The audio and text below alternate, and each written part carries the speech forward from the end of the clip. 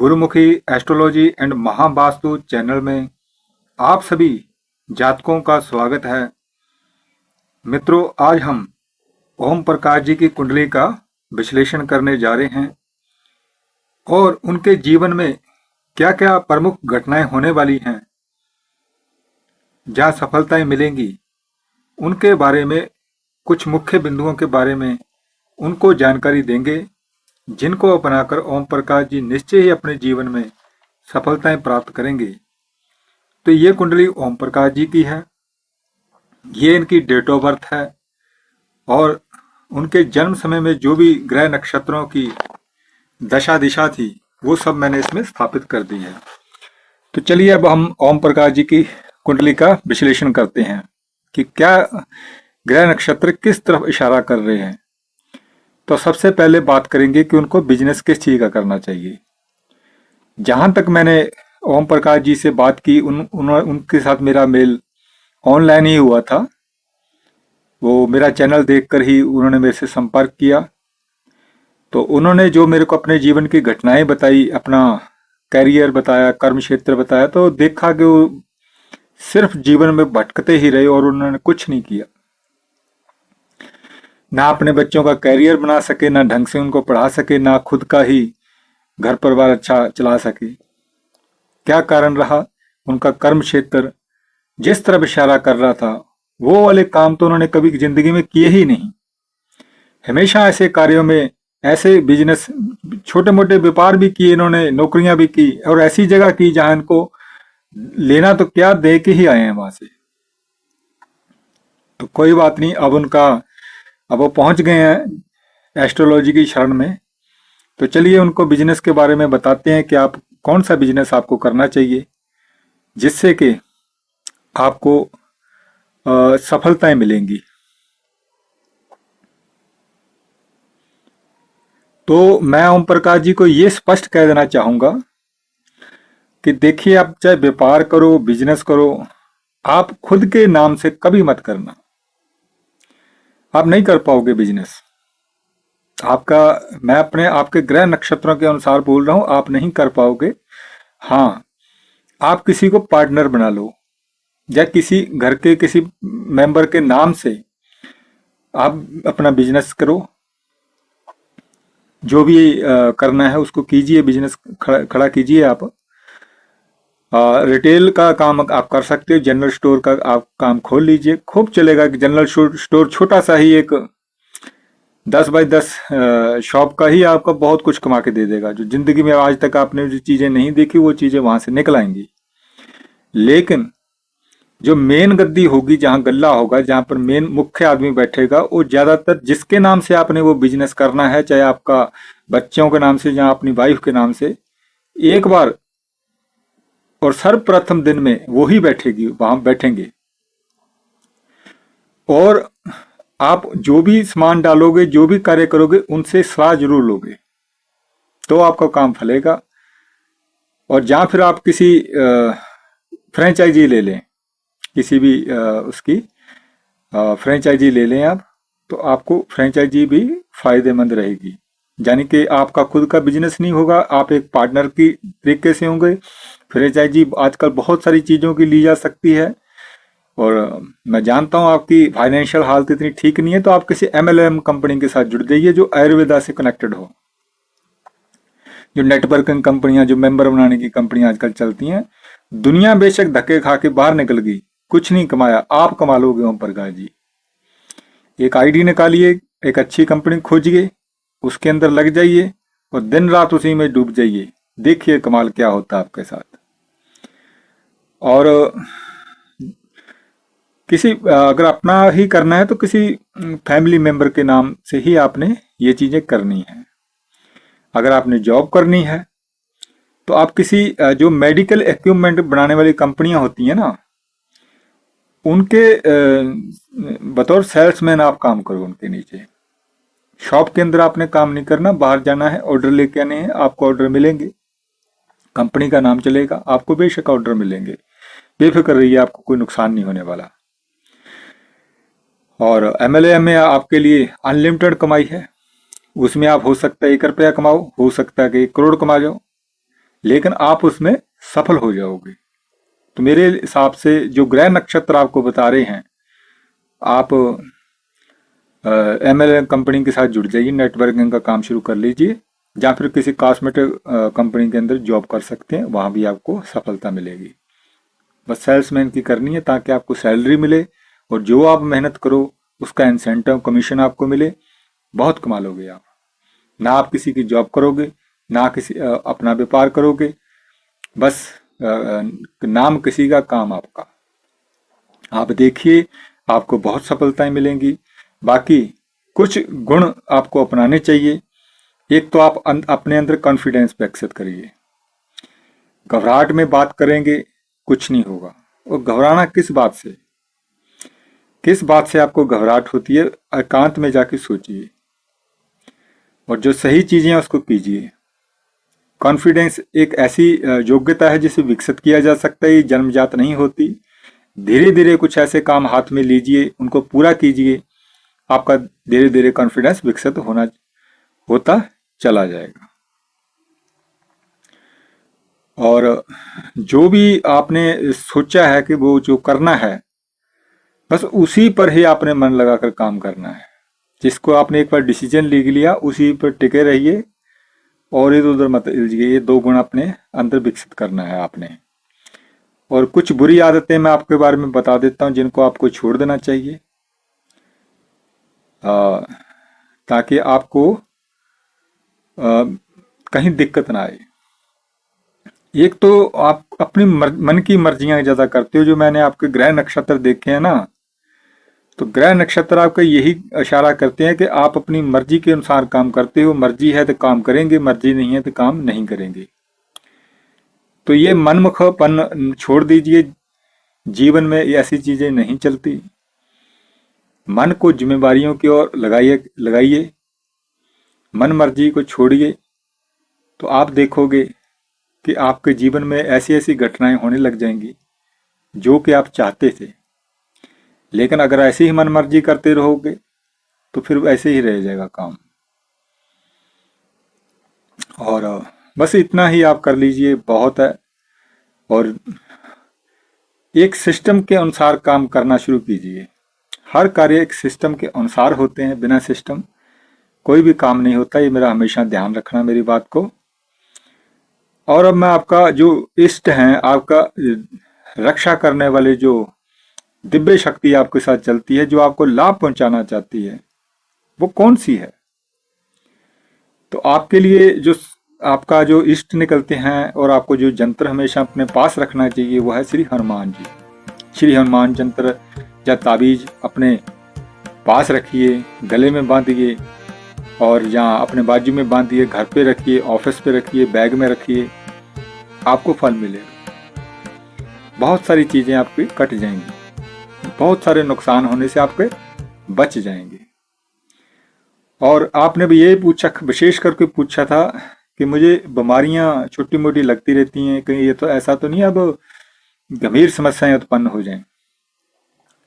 तो देखिए, आपके अंदर कोलेस्ट्रॉल बनता है।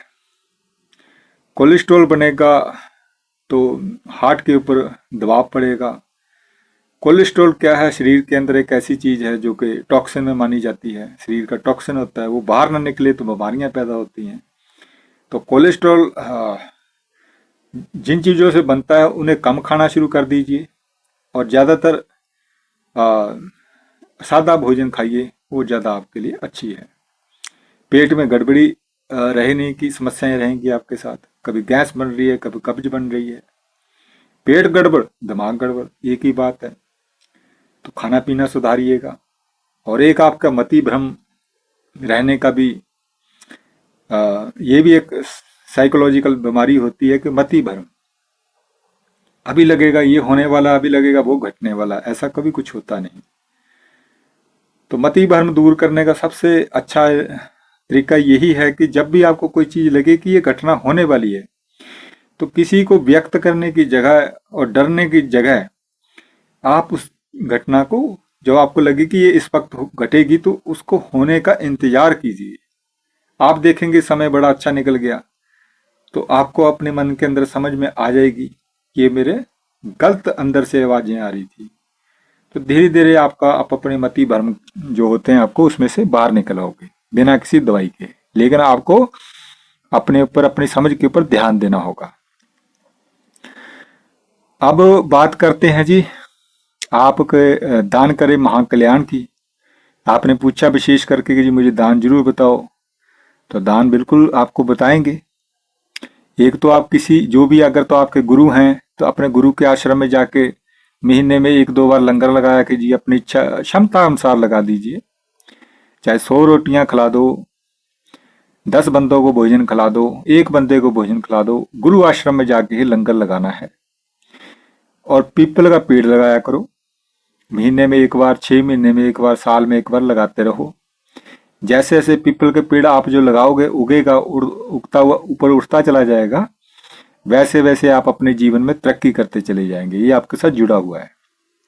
और पीपल का पेड़ आपने वहीं लगाना है जहां पर आपको पता लगे कि यहाँ पर 100 साल तक इस पीपल के पेड़ को कोई उखाड़ नहीं पाएगा। ऐसी जगह मत लगाइएगा कि आने वाले 5-10 साल बाद वहां कोई आबादी आ जाए जहां कोई परेशान होकर उस पीपल के पेड़ को काट दे। तो उसको तो दोष लगेगा ही, लेकिन आपको भी दोष लगेगा, क्योंकि आपको समझ होनी चाहिए थी पीपल के पेड़ की कोई उम्र नहीं होती, ये हमेशा अजर अमर रहते हैं अगर इनको छेड़ा ना जाए। बेहद मजबूत पेड़ है, तो इनको ऐसी जगह पर लगाइए जहां पर इनको कभी काटा ही ना जाए। पहाड़ियों पर चले जाइए, पहाड़ों पर मंदिरों के आसपास पूछ कर कि जी यहाँ पर कोई ऐसा तो नहीं है कि आने वाले समय में यहाँ पर काट पीट हो जाएगी कुछ। तो ऐसी जगह अपना पीपल का पेड़ लगाइए। इस जन्म क्या, आने वाले जन्मों को भी सुधार देंगे ये पीपल के पेड़ आपको, जन्मों को। और एक चीज आपने अवश्य करनी है कि वृद्ध आश्रम में जाकर ना वहां जो दवाइयां दुइयां की सेवा डालाया करो। दवाइयां खरीद ली और सेवा में डाल दी। दवाइयां कौन सी लेनी है, अपनी मर्जी से नहीं लेके जानी। वहां जाना है, उनके जो वृद्ध आश्रम के अंदर इंचार्ज वगैरह होते हैं उनको पैसे नहीं देने हैं। आपने उनसे पूछना है जी यहाँ पर जो बीमार वगैरह हो जाते हैं बूढ़े बुजुर्ग, उनको कौन सी दवाइयां चाहिए, तो उनकी अपनी क्षमता अनुसार लिस्ट ले लेनी है और जाके बाजार से खरीद के लाके उनको दे देनी है। जितनी आपकी क्षमता है महीने में 1 बार 2 बार करते रहा कीजिए और तुरंत इसके फल भी देख लीजिएगा। इधर दिया उधर कल्याण। अब आपकी शत्रुओं की दिशा हम बताते हैं। आजकल शत्रुओं की समस्याएं बहुत उत्पन्न हो गई हैं। आप किसी के साथ शत्रुता करते नहीं, किसी का बुरा चाहते नहीं, खाम खा लोग शत्रु बन बन के ऊपर आते हैं, तरह तरह के षड्यंत्र करते हैं।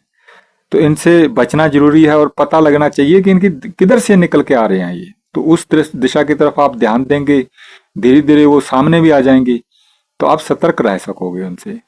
तो आपकी जो शत्रुओं की दिशा निकलती है पूर्व दिशा है। पूर्व दिशा की तरफ ही आपका जो मुख्य जो महाशत्रु है ना वही बैठा हुआ है। जो महाशत्रु आपका वही वहां बैठा हुआ, वही कंट्रोल कर रहा है दूसरे शत्रुओं को, वही षड्यंत्र रच के सारा आपके पीछे लगा रखा उसने। तो ये है आपको देखना है उधर। और सावधानी किधर रखनी चाहिए आपको, टोने टोटके किस जगह से आपके ऊपर हो सकते हैं उसका भी आपको पता होना चाहिए। टोने टोटके लोग करते हैं जो गुप्त शत्रु होते हैं, जो सीधा प्रहार नहीं करते, आपकी उन्नति से जलते हैं, जो बिल्कुल भी बर्दाश्त नहीं कर सकते कि आप उनसे आगे बढ़ो। तो देखिए उनकी दिशा जो निकलती है वो निकलती है अग्नि दिशा।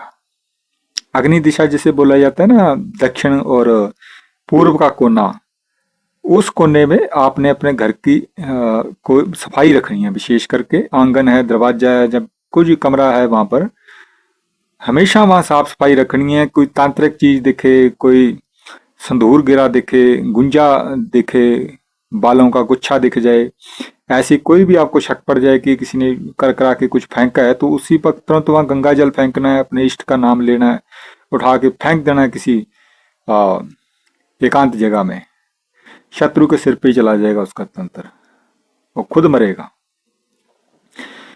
और आपका लाभकारी कलर के कपड़े कौन से हैं, कौन से कलर आपको ज्यादा यूज करना चाहिए, चाहे आप मोबाइल खरीदें, गाड़ी खरीदें, कपड़े खरीदें, अपने पर्सनली मैं आपकी बात कर रहा हूँ, या घर में कोई पेंट वगैरह करना है तो कौन सा है।